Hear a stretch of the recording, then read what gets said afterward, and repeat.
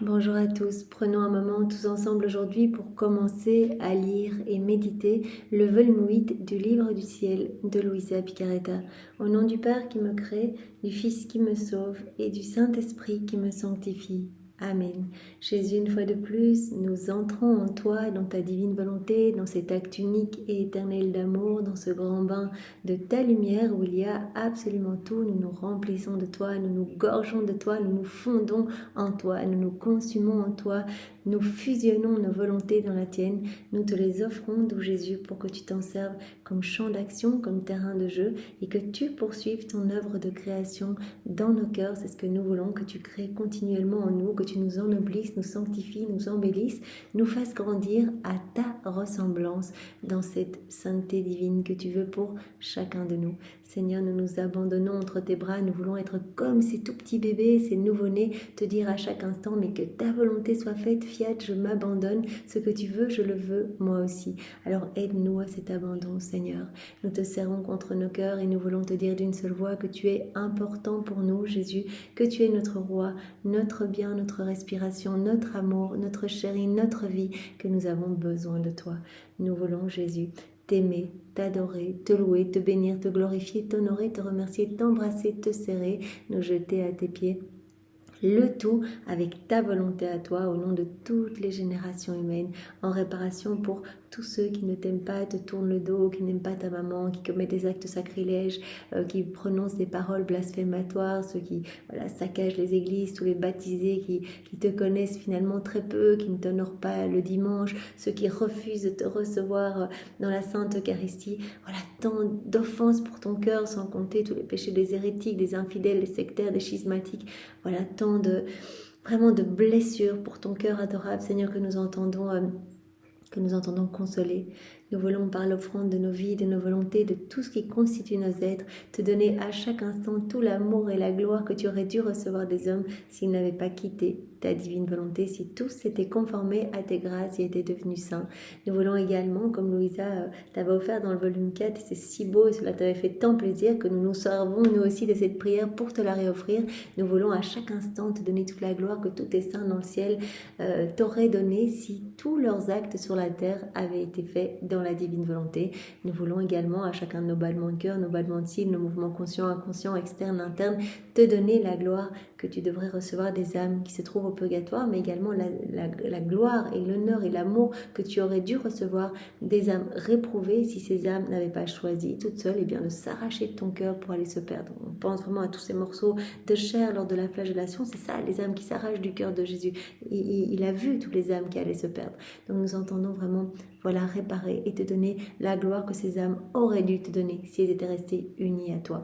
On veut également par l'offrande de nos vies te donner toute la gloire que les éléments créés, que tous les éléments créés auraient dû te donner s'ils avaient été dotés de raison, donc s'ils avaient pu te glorifier et t'aimer, ce qui n'est pas le cas, ils ne sont pas dotés de raison, mais nous le sommes, donc nous sommes les seuls à pouvoir prêter nos voix, nos bouches aux éléments créés pour t'aimer, te remercier, te louer, te bénir. Donc c'est ce que nous entendons faire à chaque instant, à chacun de nos mouvements, à chacun de nos actes, Seigneur. Donc nous voulons greffer, enrichir chacun de nos actes de toutes les paroles de notre Père ainsi que de ces paroles ad gloriam Dei, c'est-à-dire tout pour la gloire de Dieu, et que chacun de nos actes, donc un acte c'est quoi? Une respiration, un clignement d'yeux, un battement de cœur, un souffle, un pas, un regard, tout cela ce sont des actes, et donc nous greffons chacun de nos actes, non seulement nos actes du passé mais encore tous nos actes jusqu'à notre dernier souffle.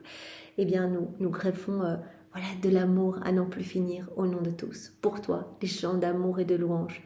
Tu nous as dit dans le volume 11, ça me fait tellement plaisir quand vous m'aimez avec mon propre amour, quand vous m'adorez avec mes propres adorations, vous me bénissez avec mes propres bénédictions, mais cela ébranle le ciel et la terre. Vous ne vous rendez pas compte, en fait, vous ne voyez pas ce qui se passe au niveau spirituel. Mais c'est juste magnifique. C'est vrai, Jésus, on avance dans la foi. Tu nous parles tellement de la beauté des actes faits dans la divine volonté. On donne Dieu à Dieu, comme on le dit bien souvent.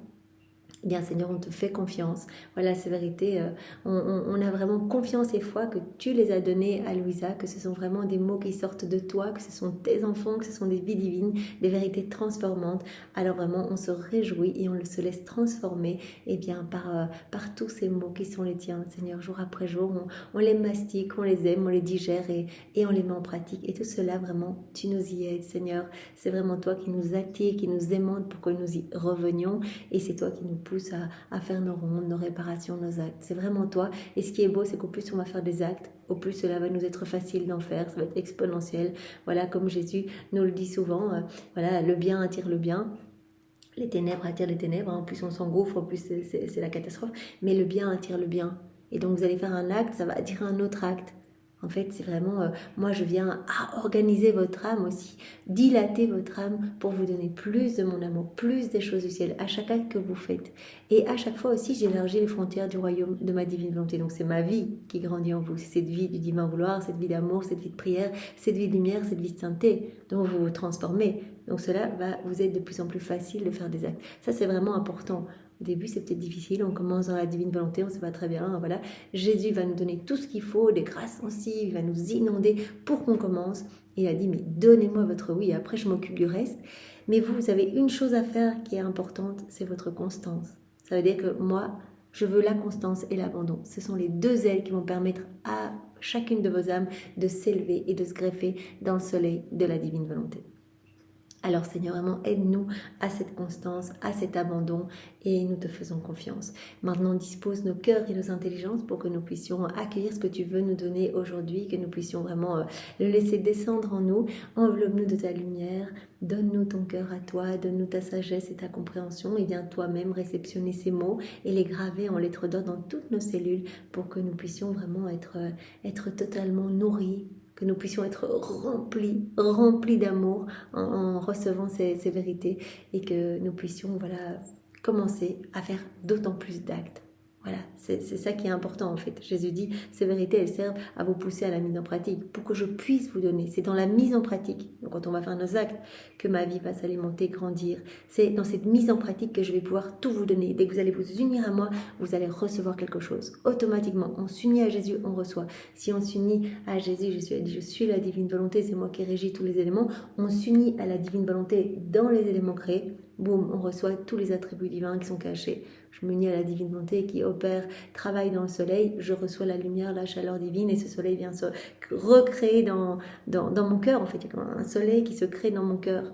C'est magnifique. Je m'unis à la divine volonté qui travaille dans toutes les fleurs. Alors il y a un champ de fleurs qui est en train de se créer dans mon cœur et je vais recevoir la légèreté, je vais recevoir les parfums célestes, etc. Chaque fois, je reçois quelque chose. Et si je m'unis à Jésus, lors de son passage sur la terre, à Maman Marie, tout est toujours en acte. Donc dès que je m'unis à Jésus, je remets en mouvement tous ces mystères. Voilà, il se réactualise dans mon cœur et dans tous les cœurs avec tous les cadeaux qui y sont attachés. Je vais recevoir ce qui est attaché au mystère.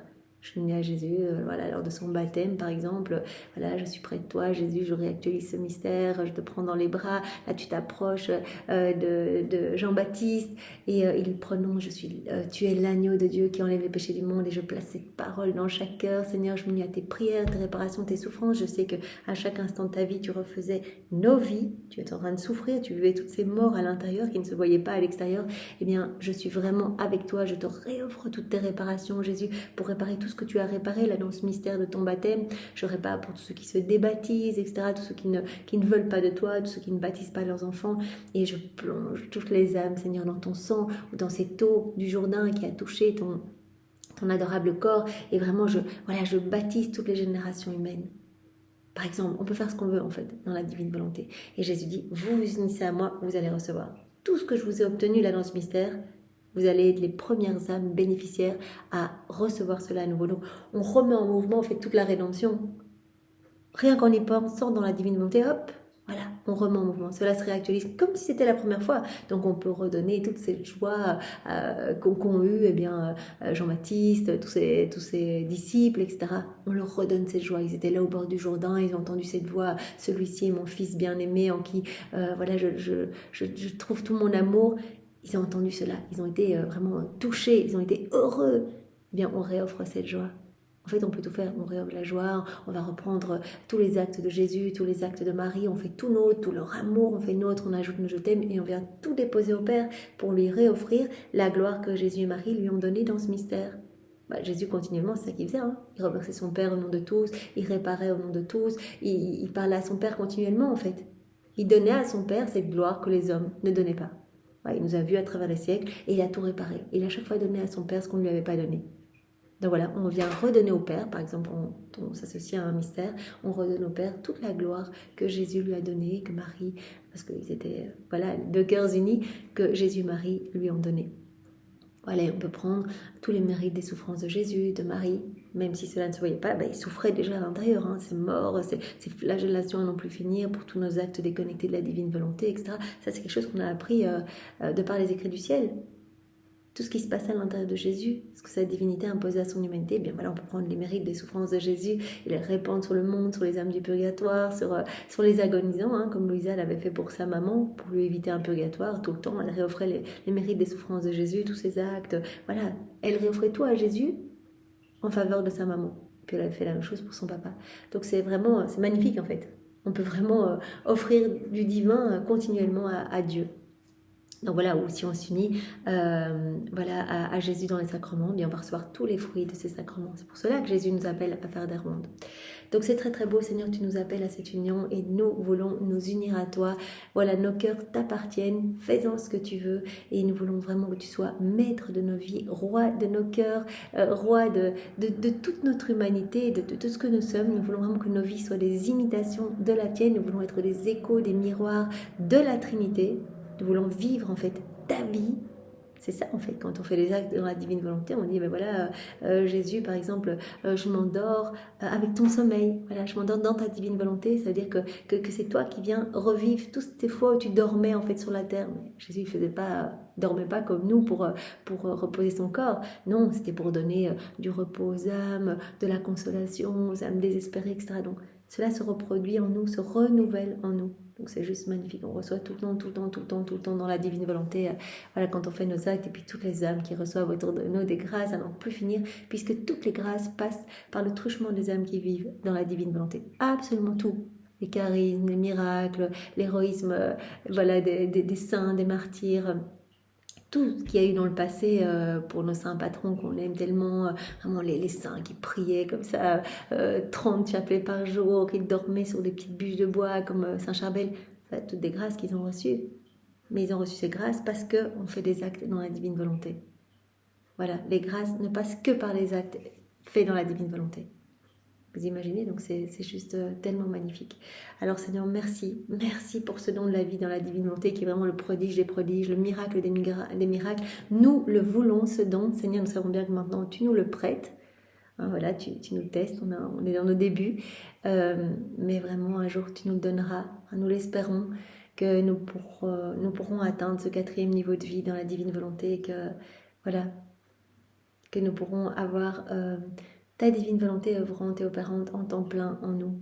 Voilà, que tu puisses prendre tellement de place en nous que nous puissions être identifiés, toi et nous, Seigneur. Comme Louisa, qui te ressentait dans ses mains, dans ses yeux, dans sa gorge. Quand tu étais triste, elle sentait ton asphyxie, en fait, dans sa respiration à elle, etc. Nous voulons cette identification avec toi, Seigneur Jésus. Donc voilà, nous sommes tout offerts. Et malgré nos immenses faiblesses, nos misères, nos chutes répétées, tu nous aimes et c'est très rassurant, tu veux nous donner ce don. Alors voilà, c'est pas méritoire, on n'a rien à faire, sinon te donner notre oui comme nous le faisons tous les jours et faire nos actes. Alors nous allons travailler de la même façon que nous avons fait pour tous les volumes précédents, c'est-à-dire par chapitre. Alors c'est très intéressant pour ce volume 8, le fil rouge, donc le fil conducteur est exactement le même que pour le volume 7. Et probablement les précédents volumes. Donc on voit vraiment la pédagogie de Jésus qui insiste, qui parle de la même chose, chaque fois en donnant bien sûr des exemples différents, en développant différents aspects. Par exemple là il va nous reparler de l'importance d'être vrai, d'être calme, de la constance, de la fermeté dans le bien. Il nous en a déjà parlé, mais il nous donne différentes facettes, il avance. Et tout ça pour en fait nous rendre d'abord vertueux, pour après nous rendre pur amour, pure lumière. Après, il nous a dit, mais je veux que tout soit absorbé dans mon amour, en fait. Voilà, donc je vous transforme parce que quand je vous donne des vérités, cela vous change, ça c'est évident. Je place la semence du bien dont je vous parle. Donc dès que Jésus nous parle de quelque chose, on doit se dire, tiens, aujourd'hui, qu'est-ce qu'il veut me donner? Quel est le cadeau qu'il veut me donner? Ah, il me parle de la fermeté dans le bien, la constance. Voilà, il me veut plus constante. Donc il est en train de placer cela en moi. Et comme il m'en a déjà beaucoup parlé dans les volumes précédents, en fait, il est en train d'arroser cette petite semence qu'il a placée en moi. C'est en train de grandir, en fait.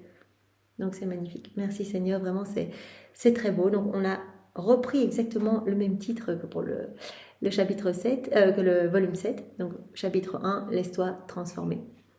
Comme point 1, donc on avait comme point 1 pour le volume 7, sois constante, et bien ici également, sois ferme à faire le bien, sois constante. Voilà, avec comme premier sous-point, plus l'âme est constante en toute chose, plus elle est proche de la divine perfection. À la date du, alors là c'est juste mois de septembre 1907. On voit que parfois dans ce volume, il y a une vérité sur tout le mois. C'est pour montrer vraiment que l'importance de cette vérité, pour que Louisa la mastique. Jésus lui a dit un peu plus loin dans ce volume, si je ne te parle pas tout le temps, c'est pour que tu prennes le temps de digérer ces vérités. Je te donne une nouvelle vérité quand la précédente est vraiment bien descendue et que tu l'as mise en pratique, qu'elle est vivante en toi, qu'elle a pris vie en toi. Donc plus l'âme est constante en toute chose, plus elle est proche de la divine perfection. Je vis des jours très amers dans une continuelle privation de mon Jésus. Au plus, il vient comme une ombre ou un éclair, et presque toujours avec des menaces de châtiment.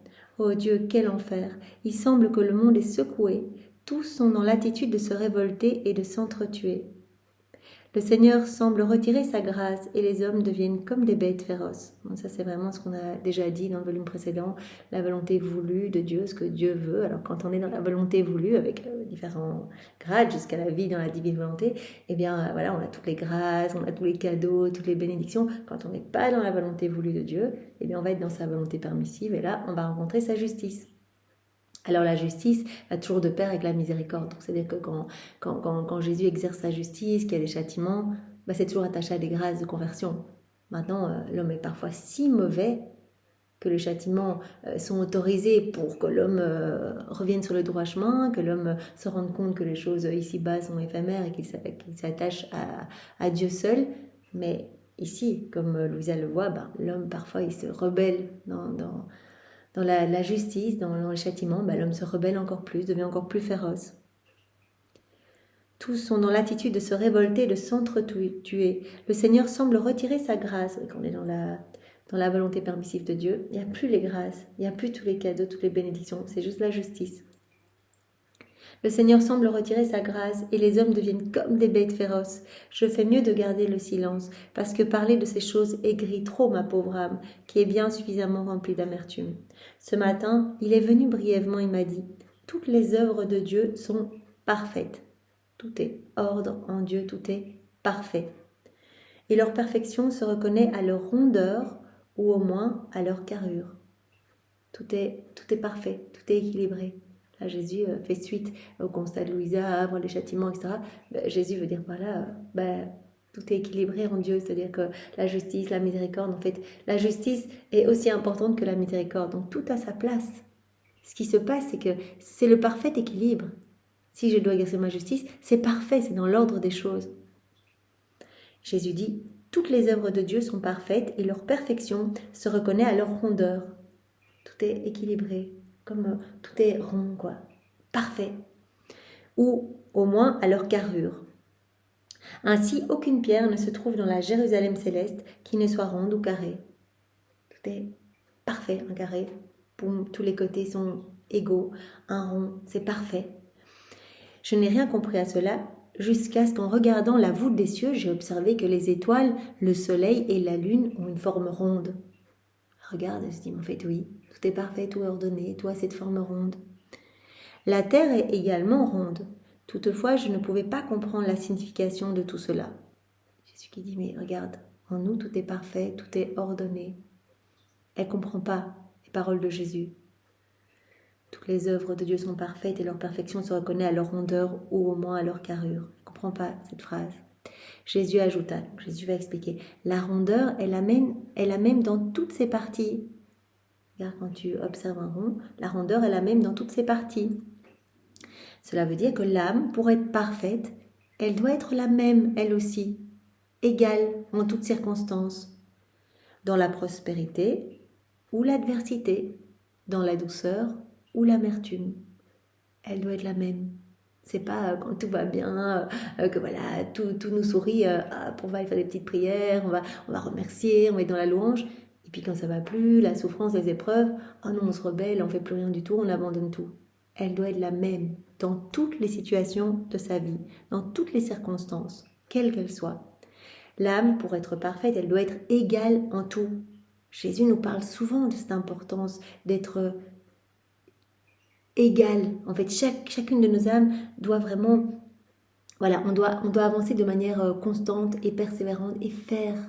On avance, on doit être le même hier et aujourd'hui et demain. On doit avancer en fait. L'âme doit être égale en tout, de telle manière qu'elle soit comme un objet rond. Autrement, si l'âme n'est pas égale à elle-même en toute chose, elle ne pourra pas entrer belle et jolie dans la Jérusalem céleste. Elle doit être, voilà, égale à elle-même. Sinon, elle ne pourra pas rentrer dans la Jérusalem céleste. Si aujourd'hui elle-même fait des prières, etc., et demain elle m'oublie complètement. Et si on va déjà plus loin, si aujourd'hui elle fait plein d'actes dans la divine volonté, elle vient d'entendre un enseignement, elle est tout excitée, etc., là ça y est, elle est tout feu, tout flamme, elle fait ses actes, bah, le lendemain après, elle a des choses à faire, elle oublie. Elle fait plus rien du tout, et puis hop, la semaine passe, elle fait plus rien du tout. Un jour, elle dit oui, oui, oui, fiat, que ta volonté soit faite. Une épreuve arrive, oh non, en fait, je reprends le lead. Non, non, pas que ta volonté soit faite, que ma volonté soit faite. Voilà, alors Jésus dit, elle n'entrera pas dans la Jérusalem céleste où tout est rond. Voilà, il y a cette constance, il y a cet équilibre, il y a cet ordre. Bah, elle devra refaire tout ce qu'elle a fait dans sa volonté propre, tout ce qu'elle a fait centré sur elle-même, elle devra le refaire au purgatoire.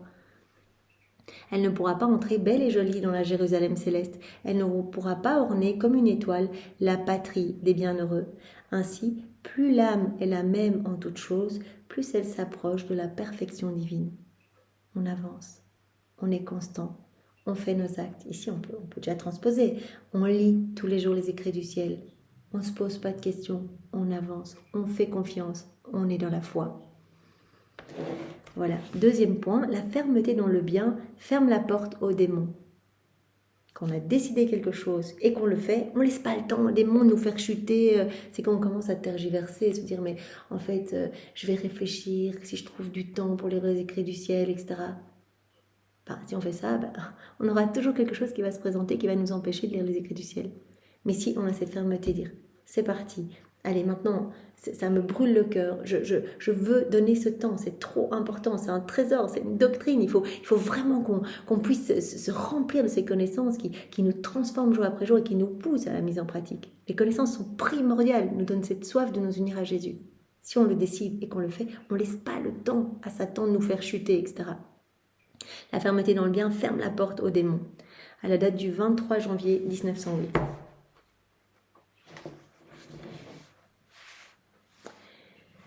Je dis à Jésus, Seigneur, accorde-lui, donc ici elle parle de son confesseur, d'un monsieur, voilà, intitulé M en fait, parce que c'est à la suite d'un passage que nous verrons dans d'autres points. Donc accorde à ce M, je ne sais pas qui c'est, accorde-lui ce qu'il demande, car il s'agit de quelque chose qui concerne beaucoup ta gloire. Jésus répondit, pour une âme irrésolue, la remise au lendemain donne à l'ennemi le temps pour gagner la bataille. Donc Jésus insinue que cette âme pour laquelle Louisa intercède, elle est inconstante, elle est irrésolue. Et donc elle laisse le temps au diable de venir la perturber, etc. Pour une âme irrésolue, la remise au lendemain donne à l'ennemi le temps pour gagner la bataille, alors que ne pas lui accorder de temps et se montrer résolu et inébranlable lui ferme la porte et procure à l'âme le bénéfice de ne pas même s'exposer à la bagarre. On ne s'expose même pas à la tentation, on avance. Cette fermeté fait peur à Satan. On avance, jour après jour, on continue, on fait nos actes, on y va, on avance et on laisse Jésus nous transformer. Voilà, si on est un peu résolu, qu'on dit aujourd'hui je vais en faire, mais demain je vais voir, etc., si ça se présente parce que j'ai beaucoup de travail, etc. Non. Alors là, on ouvre la porte. On ouvre la porte aux forces obscures qui se réjouissent de nous faire chuter. Ainsi, si M veut atteindre son but rapidement, c'est la bonne manière. Ferme, être résolu à faire le bien, à avancer, la fermeté dans le bien. Je serai avec lui et nous serons victorieux. Par la suite, ceux qui seront le plus opposés seront ceux qui lui seront le plus favorables et qui l'admireront le plus, voyant qu'il aura renoncé à leurs vues humaines. Donc voilà, ici, je suppose, voilà, c'est une personne pour laquelle Louisa intercède et Jésus dit en fait, cette personne ne doit pas tergiverser, ne doit pas se poser la question est-ce que j'y vais pas, en fonction de ses relations extérieures, de ce que les autres pensent. Non, elle avance. Voilà, nous, on ne doit pas se poser la question en disant mais mon entourage pense que sur la divine volonté, je ne sais pas très bien. On avance, on fait nos actes, on lit et on laisse Jésus nous transformer. Alors, troisième point, continue, sois courageuse, à la date du 12 février 1908. L'âme courageuse fait en un jour ce que l'âme timide fait en une année. Me trouvant dans mon état habituel, Jésus béni vint brièvement et me dit « Ma fille, la timidité, elle fait obstacle à la grâce et elle nuit à l'âme. » On avance, on est timoré, on y va pas, on fait pas. Je me pose des questions. Est-ce que finalement, voilà, non, on se pose pas de questions. Sinon, on laisse le champ libre aux démons de nous faire chuter et de ne pas nous plonger. Ici, voilà, j'élargis aux écrits du ciel. On se pose pas de questions, on avance. Et oui, on va devoir affronter des personnes qui vont nous juger. Jésus va continuer sa vie en nous, donc évidemment, on va connaître la calomnie, les jugements, mais peu importe, tant mieux, merci Seigneur, merci de me partager ça, et merci de me partager ces petites mortifications qui sont comme une bombe pour l'âme et qui viennent faire exploser tous ces palais de vices, de mauvaises tendances qu'il y a en moi. Viens seulement vivre en moi. Je me réjouis de tout ce que tu vas me partager. La timidité fait obstacle à la grâce et nuit à l'âme. Une âme timide ne sera jamais apte à gérer de grandes choses, ni pour Dieu, ni pour le prochain, ni pour elle-même. On avance à petits pas, on ne sait pas, on avance, on recule, on n'est pas constant, on ne sait pas. Une âme timide, voilà, elle fait obstacle. La timidité fait obstacle à la grâce et nuit à l'âme. Une âme timide ne sera jamais apte à gérer de grandes choses, ni pour Dieu, ni pour le prochain, ni pour elle-même. L'âme timide agit comme si elle avait les jambes liées, incapable de marcher librement. On imagine, les jambes liées, enchaînées, vas-y pour avancer. Elle a les yeux toujours fixés sur elle-même et sur les efforts qu'il lui faut pour marcher. Oui, si on nous attache les jambes, on commence à regarder ses jambes, on se dit « Ah non, c'est trop difficile, j'y arriverai pas ». La timidité lui fait garder ses yeux baissés, jamais haut. Quand elle agit, elle tire sa force non pas de Dieu, mais d'elle-même. Et par conséquent, au lieu de gagner de la force, elle en perd. Si la grâce ensemence en elle, il lui arrive comme un pauvre fermier qui, ayant ensemencé et travaillé son petit champ, moissonne peu ou rien du tout. Il ne va pas porter beaucoup de fruits. Il faut y aller. Alors, on se jette à l'eau, c'est magnifique. On a la certitude que c'est Jésus qui parle à Louisa. Maintenant, on arrête, on avance, peu importe les contradictions, peu importe ce qu'on nous dit, on avance. On fait ce que Jésus nous dit. On se laisse remplir par ses vérités et on met ça en priorité. À vin nouveau, outre neuve. Donc vraiment, c'est magnifique, on se laisse façonner et voilà, et on met en pratique. Donc celle qui est timide, eh bien elle va faire obstacle à la grâce. La timidité fait obstacle à la grâce et nuit à l'âme. Et elle portera très peu de fruits. L'âme courageuse fait en un jour ce que l'âme timide fait en une année. Et pour faire un parallèle avec l'âme qui va vivre dans la divine volonté, qui va avancer, qui va faire ses actes, qui va être constante, etc. Eh bien, Jésus dit, elle va obtenir en un jour une plus grande sainteté, parce que c'est moi qui vais faire en elle. Chaque acte vaut plus que tous les actes de tes saints réunis, puisque c'est moi qui fais. Son acte est divin, éternel. Donc elle peut obtenir en une journée, même en une heure, même en un acte, une plus grande sainteté que si elle avait essayé toute sa vie par l'exercice de vertu, par des prières à n'en plus finir, etc. Parce que notre vie devient prière. On laisse Jésus vivre en nous. Tout est prière. Respiration, c'est une prière. Nos clignements de Dieu, c'est une prière. Tout est magnifique. C'est pas seulement une prière, c'est une adoration parfaite, une gloire parfaite qu'on donne à Dieu. On répare pour tous nos frères et sœurs qui, en respirant, ne remercient pas pour leur vie, qui ne glorifient pas par leur souffle. Jésus parlait dans le volume 12, c'est très beau, qu'en fait, par son souffle, en fait, il nous maintient en vie. Donc c'est un souffle d'amour, etc. On est baigné dans cet amour. Et en retour, il ressent une espèce de souffle poisonneux, nauséabond, en fait. Il n'y a pas cette réciprocité d'amour, il n'y a pas ce retour d'amour.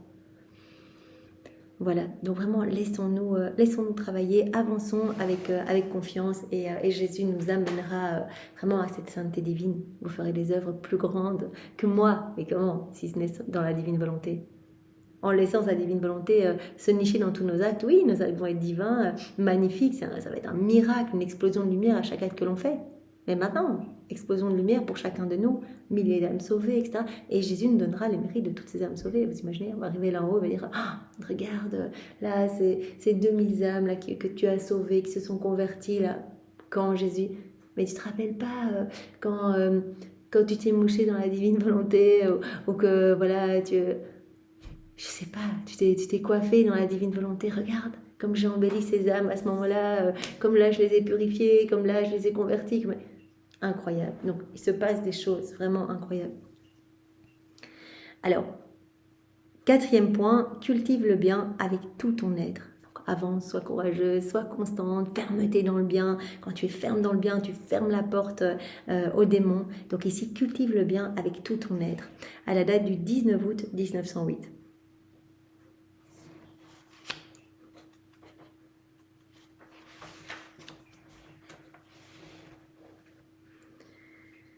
Donc l'âme doit semer le bien par toute sa personne, cultiver le bien avec tout son être. Donc la constance dans le bien. Ayant complété une méditation sur celui qui sème le bien récoltera le bien et celui qui sème le vice récoltera le mal, je me demandais quel bien je pourrais cultiver en tenant compte de mon état de misère et d'inhabilité. Dis-moi, je peux rien faire, je suis paralysée dans mon lit, qu'est-ce que je vais cultiver? À ce moment, je me suis sentie comme si on cultivait en dedans de moi. C'est dans son cœur que ça se passe. Elle porte du fruit à chacune de ses respirations, il y a des choses qui se passent, etc.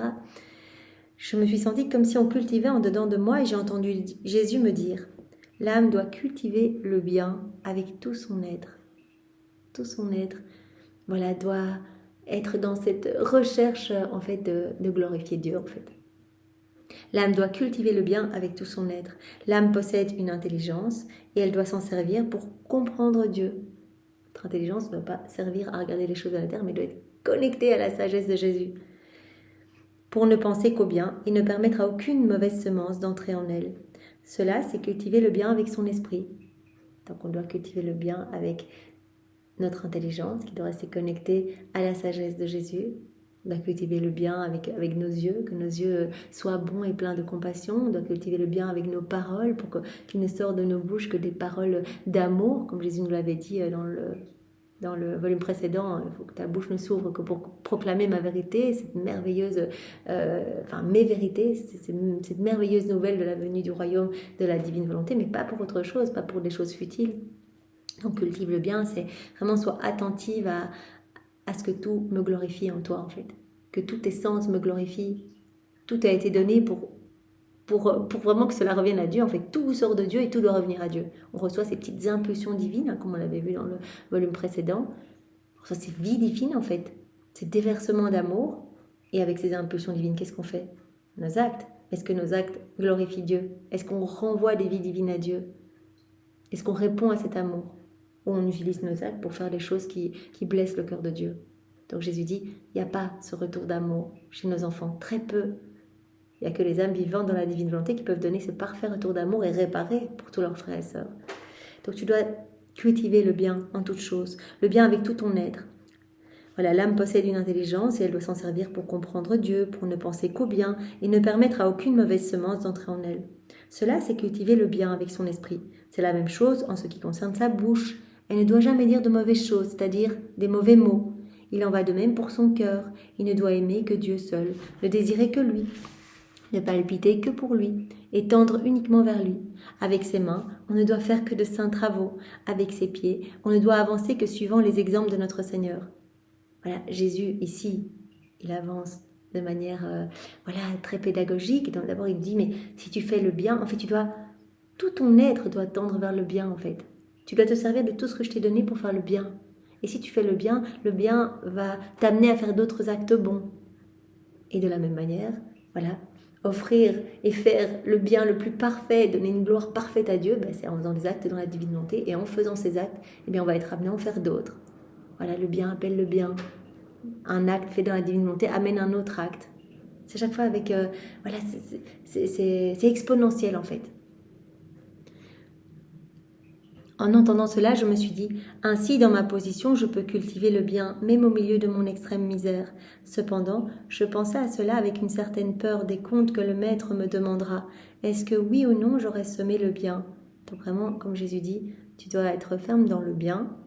On commence, on est dans les premiers volumes, tu dois être ferme dans le bien. C'est-à-dire que tout doit être orienté vers notre gloire. Voilà, que tes yeux ne regardent pas des mauvaises choses. Voilà, que ta bouche ne souffre pas pour dire des mauvaises choses. Sinon, c'est comme si tu envoyais des mauvaises semences dans ton cœur. Que tes oreilles n'écoutent pas des mauvaises choses. Que tes mains ne fassent pas de mauvaises choses. Que ton intelligence ne se branche pas sur des mauvaises choses, mais uniquement sur nous, sur la Trinité, sur les choses du ciel. Voilà. Donc tu dois tendre vers le bien. Tu dois être... voilà. Tu dois cultiver le bien. Alors, elle se demande, elle dit, mais est-ce que oui ou non j'aurais semé le bien?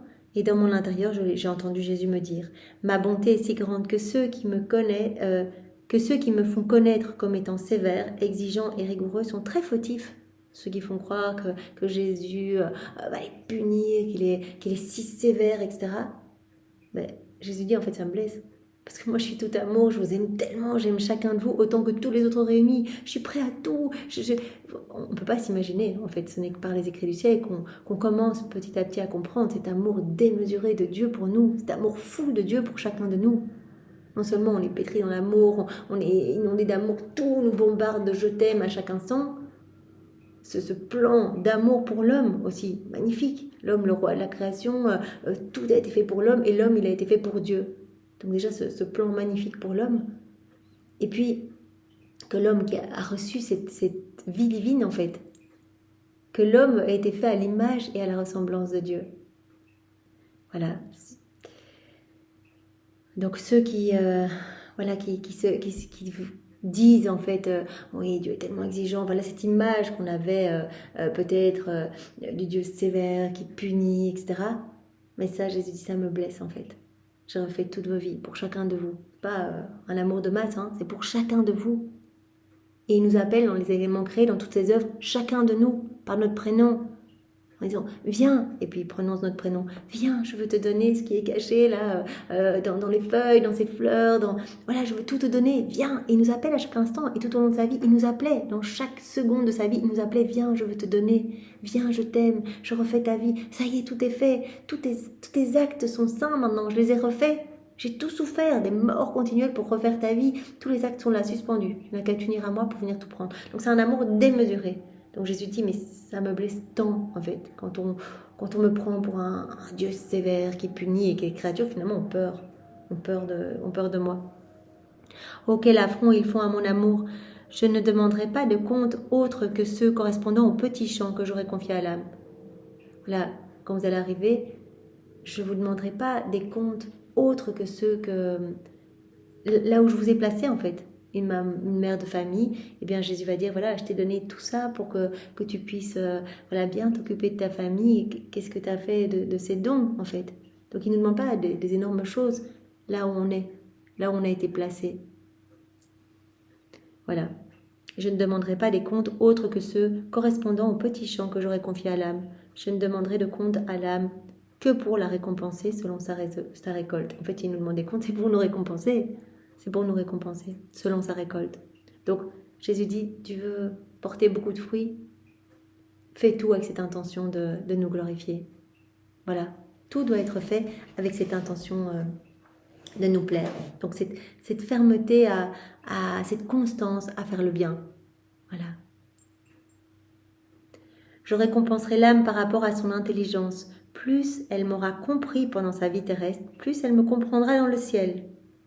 Et plus elle me comprendra, plus elle sera inondée de joie et de béatitude. C'est magnifique. Dans la divine volonté, là, on comprend de mieux en mieux qui est Dieu. On connaît de mieux en mieux notre Créateur. On grandit en intimité. Il y a ces chaînes de lumière. À chaque fois qu'on fait des actes, à chaque fois qu'on médite, à chaque fois qu'on fait nos rondes, etc., nos réparations, il y a de nouvelles chaînes de lumière. Donc on aime de plus en plus notre Créateur. On le connaît de mieux en mieux. Là, c'est vraiment le ciel qui s'ouvre. C'est Dieu qui nous révèle tout. Ce que les apôtres, eux, n'ont pas connu. Ils n'ont pas eu cette chance. Ils voyaient la divinité que par des fissures. Donc en fait, les très saints après Jésus, donc pendant 2000 ans, eh bien, voilà, ont acquis leur sainteté, etc., vraiment en se nourrissant des fruits de l'humanité de Jésus, en fait, en observant l'humanité de Jésus, etc. Ils n'avaient pas idée de ce qui se passait à l'intérieur de Jésus. Et maintenant, voilà, tout s'ouvre. On a toutes ces connaissances. Qu'est-ce qui se passe à l'intérieur de Jésus? Ce que la divinité faisait, ce que la divinité imposait à son humanité, tout ce que Jésus réparait, etc. Des connaissances inouïes. Et Jésus dit, je récompenserai l'âme par rapport à son intelligence. Plus elle m'aura compris pendant sa vie terrestre, en plus, voilà, on va connaître Jésus, etc., on l'aura compris, plus elle me comprendra dans le ciel. On continuera dans le ciel ce qu'on a fait sur la terre. Et plus elle me comprendra, plus elle sera inondée de joie et de béatitude. Ouais, non, cette béatitude éternelle. Voilà, le ciel s'ouvre, on a cette connaissance qui nous est déjà révélée ici-bas. Et au plus on connaît Dieu, au plus on arrive à se connaître nous-mêmes. Et Jésus dit, voilà, plus l'âme m'aura compris sur la terre, puisqu'elle continuera à me comprendre dans le ciel, et elle sera inondée de joie immense en fait. Elle sera inondée de joie et de béatitude. Par rapport à sa bouche, je lui donnerai les diverses saveurs divines, et sa voix s'harmonisera avec celle de tous les autres bienheureux. Par rapport à ses travaux, je lui donnerai mes dons, et ainsi de suite. Continuera à faire dans le ciel ce qu'elle a fait sur la terre. Donc nous comprenons bien que voilà, cette recherche de faire le bien en toutes choses, avec à son apogée bien sûr, puisque nous allons apprendre à travers les volumes à vivre dans la divine volonté, eh bien laissez Jésus vivre en nous. Là on sait que notre acte va être parfait. Il va donner une joie immense à tout le ciel, à toute la Trinité, etc. Donc voilà. Donc cette recherche vraiment de gloire pour la Trinité dans tous nos actes. Et Jésus dit, voilà, ça c'est ce qu'il faut faire. Vraiment, voilà, cultive le bien avec tout ton être. Cultive le bien avec tout ton être. Donc on voit vraiment comment Jésus travaille. Là, il ne nous parle pas explicitement de la divine volonté, mais il dit, voilà, au plus tu vas rechercher le bien, au plus cela va s'établir en toi. Et je te récompenserai là dans le ciel. Voilà, tout ça pour en arriver à travers les volumes à nous dire, mais l'acte le plus parfait que tu peux faire, c'est faire un acte dans ma volonté. C'est l'acte le plus beau, le plus complet, qui comprend tout, toute l'œuvre de la création, de la rédemption, tous les actes des saints, toute la vie de Maman-Marie, ses actes, même la Trinité s'y reproduit. Donc cultive le bien avec tout ton être. Alors point 5, la constance dans le bien fait grandir la vie divine dans l'âme. À la date du 26 août 1908. Me trouvant dans mon état habituel, j'étais affligée et presque hébétée à cause de mes privations coutumières. Jésus vint comme en passant et me dit, ma fille, ce que je veux que tu prennes à cœur, c'est la constance dans le bien, tant à l'intérieur de toi qu'à l'extérieur. La répétition de l'acte de m'aimer et la constance dans le bien font grandir la vie divine dans l'âme. Donc cela rejoint ce qu'on a vu avant. Continue, cultive le bien avec tout ton être, la répétition dans le bien, la constance dans le bien, la répétition de l'acte de m'aimer, donc tout faire avec cette intention de me glorifier, etc. Eh bien, cela fait grandir la vie divine dans l'âme. Donc la constance dans le bien, tant à l'intérieur de toi qu'à l'extérieur, la répétition de l'acte de m'aimer et cette constance dans le bien font grandir la vie divine dans l'âme. Et cela avec tant de force que cela peut être comparé à un enfant qui, grandissant dans le bon air et avec une bonne alimentation, grandit en pleine santé jusqu'à ce qu'il ait atteint sa stature normale. Sans avoir besoin de médecins et de remèdes, il devient si robuste qu'il peut aider les autres. Voilà, cette vie divine va grandir en nous. Voilà, au plus on va faire des actes bons, l'intention de glorifier Dieu, etc. Cette constance dans le bien, ça va faire grandir cette vie divine en nous. Comme un petit enfant qui va bien s'alimenter, qui va avoir du bon air pur, il va bien grandir. Donc on a tout ce qu'il faut pour faire grandir cette vie divine en nous. Voilà, cultive le bien avec tout ton être. Fais tout avec l'intention de me glorifier. Sois constante à faire le bien. Et cette vie divine va grandir en toi. Comme Jésus le disait au premier point, plus l'âme est constante en toute chose, plus elle est proche de la divine perfection. Donc par contre, nous dit Jésus, l'âme qui n'est pas constante, c'est comme un enfant qui ne se nourrit pas toujours avec des aliments sains, qui respire un air infect. Il devient maladif, et à cause de sa mauvaise alimentation, ses membres ne se développent pas adéquatement.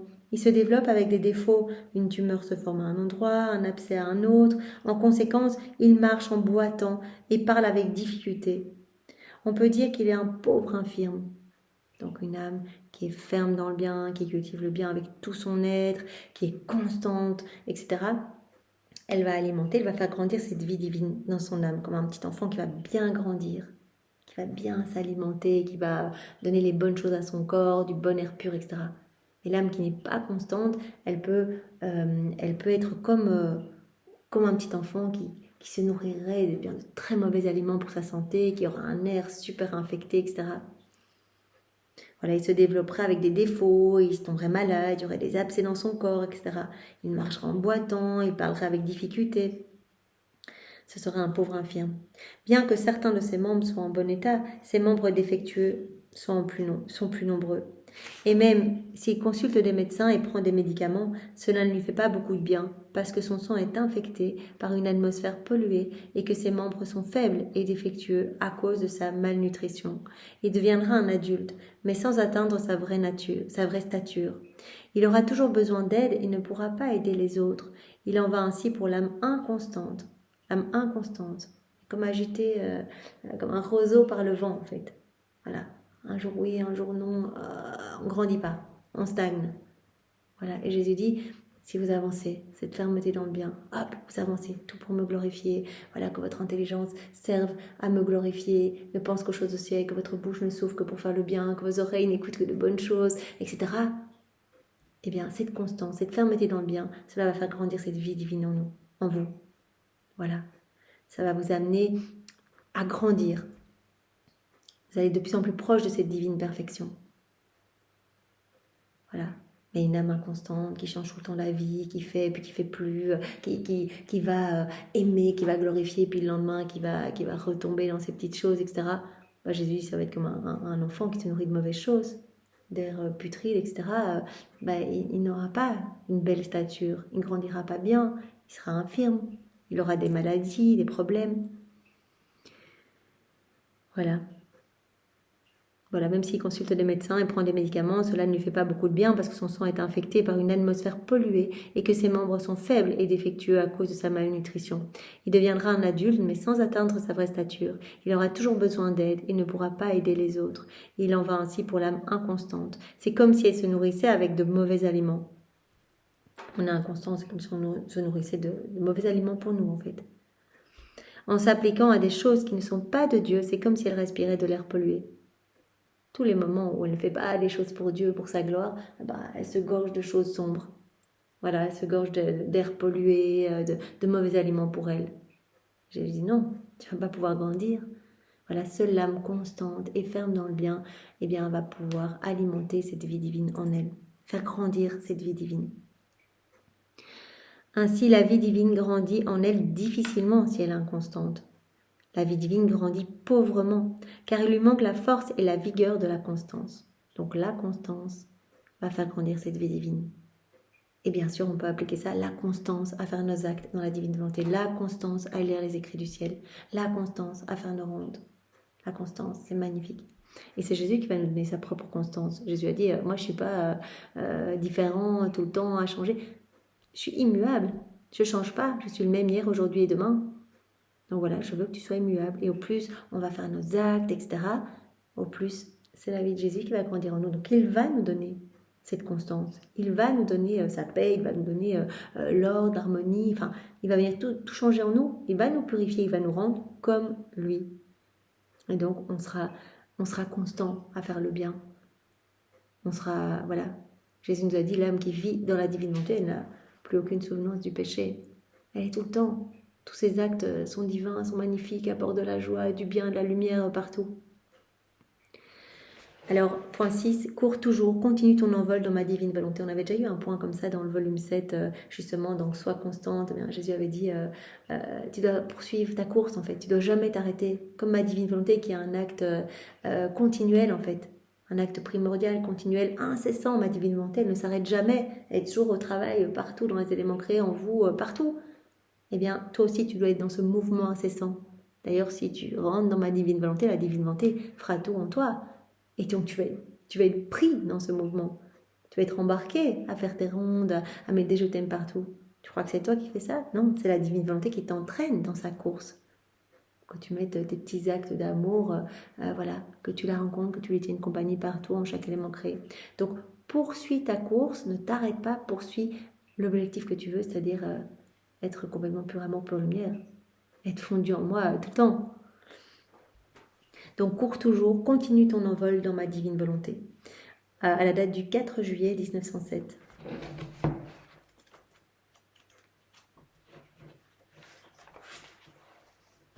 Je pensais comme je suis devenue mauvaise. Cependant, le Seigneur ne me réprimande pas et ne me corrige pas. Pendant que je pensais ainsi, j'ai senti Jésus bouger en moi. Il me dit, ma fille, continue d'avancer, cours toujours, ne te pose pas de questions, ne t'inquiète pas, avance. Si je suis bonté, douceur et miséricorde, je suis aussi justice, force d'âme et puissance. Si je te voyais régresser ou commettre des fautes volontaires, après toutes les grâces que je t'ai données, tu mériterais d'être frappé et en effet je te frapperai. Après tout ce que je t'ai donné, tu peux pas t'arrêter. J'ai ébloui ton âme avec toutes ces lumières, toutes ces connaissances. Vas-y maintenant, tu dois avancer. Et pour nous c'est pareil. Hein. On se plonge dans ces écrits du ciel, on reçoit plus de bénédictions sur nous à chaque instant. On y va, maintenant on avance, on fait nos actes, on glorifie Dieu par nos vies, et on remercie, on est dans ces échanges d'amour. Si on reçoit toutes ces connaissances et qu'on n'en fait rien, vous imaginez la responsabilité? Si je ne le fais pas, tu peux par toi-même comprendre pourquoi. Donc on relit la phrase juste avant. Voilà. Donc je suis en même temps bonté, douceur, miséricorde, mais aussi justice, force d'âme et puissance. Si je te voyais régresser ou commettre des fautes volontaires, après toutes les grâces que je t'ai données, tu mériterais d'être frappé, et en effet je te frapperai. Si je ne le fais pas, tu peux par toi-même comprendre pourquoi. De même, si je ne te parle pas continuellement, c'est pour que tu rumines en ton esprit les vérités que je t'ai enseignées. Si je ne te parle pas, c'est pour que tu rumines. Si je ne viens pas tout de suite, parfois, comme je le disais précédemment, il y a une vérité sur le moi. C'est pour que tu la fasses descendre en toi, que tu la digères, que tu la mastiques et que tu la mettes en pratique. Donc tu dois mastiquer continuellement ces vérités. Continue, courage, nous disait le point 3. Sois courageuse, avance. Si tu es timide, un pas en avant, un pas en arrière, j'y vais pas, en fait on m'a dit que c'était une secte, la divine volonté, en fait je ne sais plus, etc. Non, ne te pose pas de questions, tu vas laisser l'ennemi rentrer. Avance. Là, on a la certitude que ces paroles viennent de Jésus. C'est sûr, on le sent dans notre cœur. Si on n'est pas sûr, fermez les écrits du ciel, c'est terminé. Mais si on a cette certitude, Louisa n'aurait jamais pu écrire ça. Elle était jusqu'en première primaire, c'est un trésor de théologie. On sait bien que ça vient de Jésus, on le sent dans notre cœur, que ça nous transforme, que nos vies se transforment. Alors, avançons, on y va.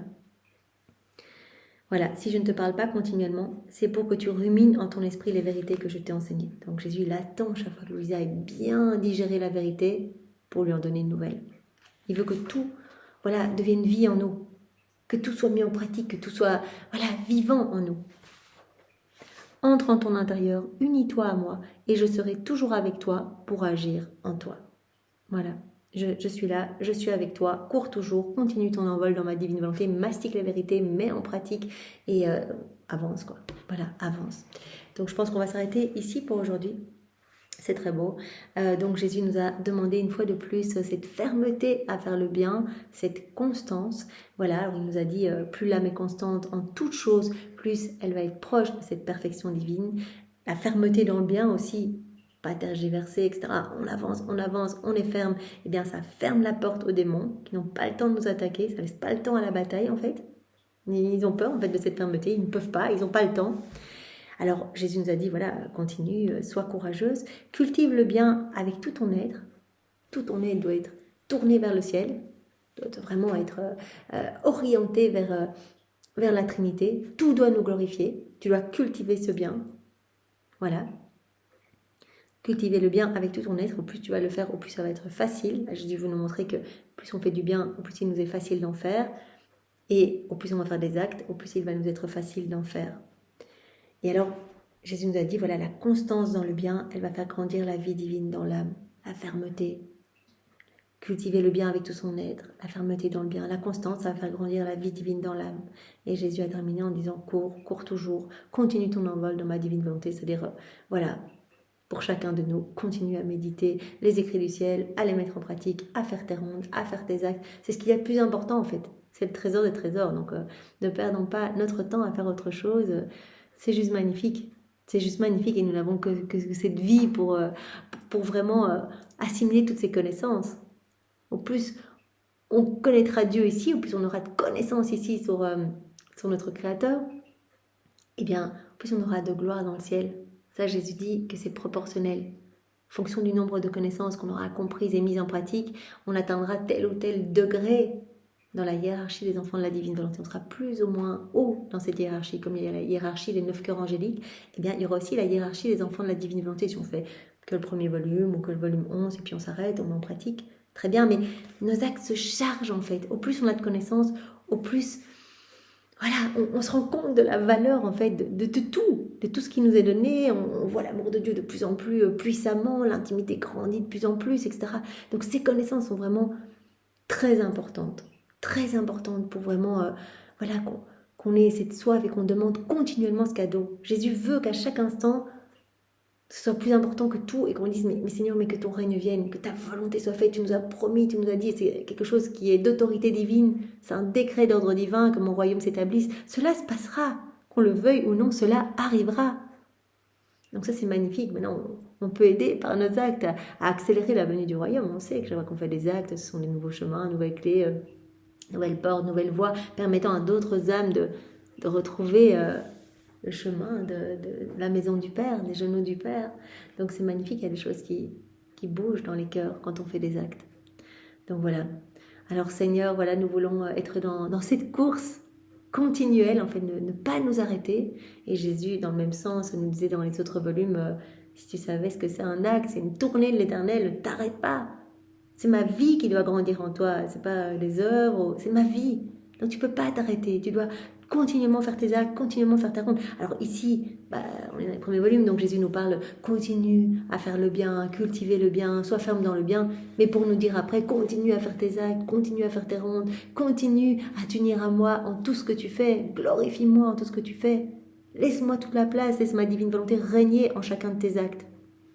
Voilà, eh bien Seigneur, oui, nous te donnons notre grand oui une fois de plus aujourd'hui. Chaque fois qu'on donne notre oui à Jésus, il l'accueille comme si c'était la première fois en fait. C'est comme si on offrait tout notre aide. Là maintenant, si on dit oui tous ensemble, eh bien Jésus reçoit voilà, ce martyr blanc de chacun de nous. Il y a le martyr de sang, le martyr rouge et puis le martyr blanc. C'est comme si voilà. Et donc Jésus est tellement content, il nous donne en même temps, on donne toute notre vie, on donne tout ce que l'on est quand on dit oui, fiat, que ta volonté soit faite. Et Jésus nous donne alors tout ce qu'il est lui. Il nous donne sa vie, il nous donne sa volonté, il nous donne son cœur, il nous donne tout. Donc c'est juste magnifique. Donc Seigneur, tu as notre grand oui et nous voulons te le donner tout le temps. Chaque nanoseconde, reçois notre oui. Sur chaque élément créé, reçois notre fiat et sois béni en fait. Sois béni partout, au nom de tous. Sois aimé Seigneur, vraiment c'est ce que nous voulons. Au nom du Père et du Fils et du Saint-Esprit. Amen. Et vraiment pour terminer, on peut vraiment rapidement, comme nous avons l'habitude de le faire, Jésus te remercie avec les remerciements même de ta maman, tes propres remerciements, avec son amour à elle, ses baisers, ses caresses, on te prend dans les bras avec ses bras à elle, on t'inonde de l'amour de ton Père, de l'amour de l'Esprit Saint, de l'amour trinitaire, de tous les actes d'amour, de tous les saints, de tous les temps, refait dans ta divine volonté, de tous les chants, les anges, les archanges, la cour céleste. On t'aime avec l'amour de Louisa. On t'aime avec toute la création, Seigneur, on t'offre tous tes attributs divins en chacun de ces éléments. On t'aime avec ton amour à toi, on t'aime avec tout ce que tu es, Seigneur. On t'aime vraiment au nom de tous et pour tous, et on répare pour ceux qui ne t'aiment pas. Au nom du Père et du Fils et du Saint-Esprit. Amen. Soyez tous bénis. Au revoir.